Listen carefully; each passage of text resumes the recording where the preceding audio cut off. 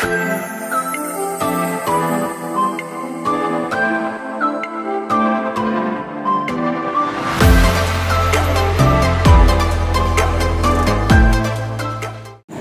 guys, sa mga naghahanap po ng property na along National Highway, meron po tayo ngayong available.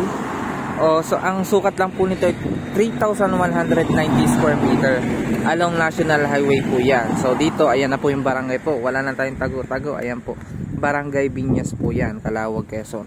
So hanggang dun po yan, sa kabila na yun, tapos hanggang dito lang po.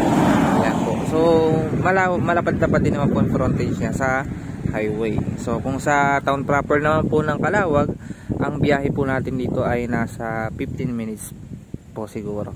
Simula po doon hanggang dito. Then doon po yung Fatima Church. Meron po yan Fatima Church doon. Then ito po yung ano niya ng property niya. So ayan po, kita niyo yung mga tanim po niya. May mahogany, may hiyugan po siya. So sa 3,190 square meter po, ang benta lang po nito along National Highway po ay 750 per square meter.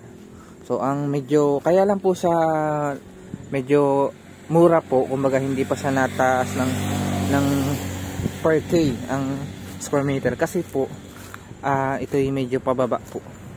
So yan po, pababa po yan, slope po yan, then dun may kapantayan po naman doon.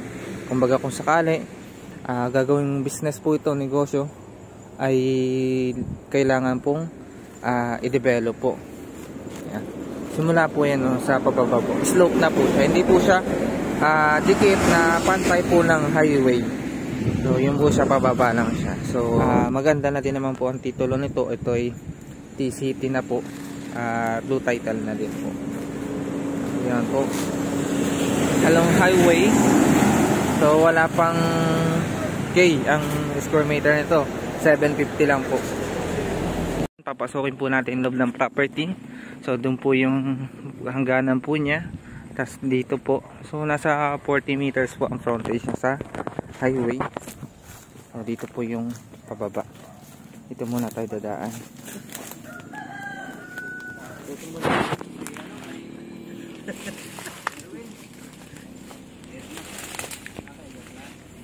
Lampa pati ako. So dito po yung sa loob ng property. So yun po yung highway sa patas na yan. So konti lang naman po siyang pababa. So dito po kita niyo yung pantayan na po dito. And then puro fruit bearings po ang kanyang tanim.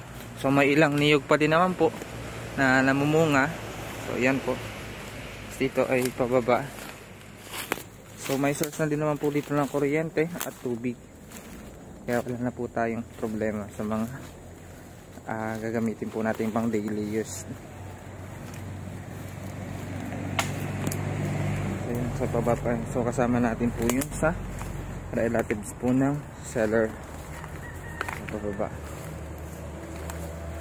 So may medyo masukal din po siya, pero utay-utay din naman pong ginagamas na siya.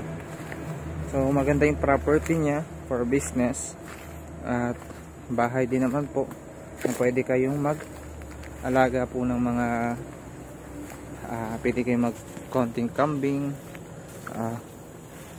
babuyan po dito sa portion ng likod po ng inyong property.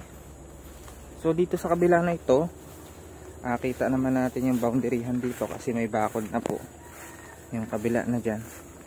Yun po, may barbed wire na. Kaya ito po. So ayan po, may mangga, dalanghita, mga tanim nyo po. Ito. Taas na po yan, doon ulit.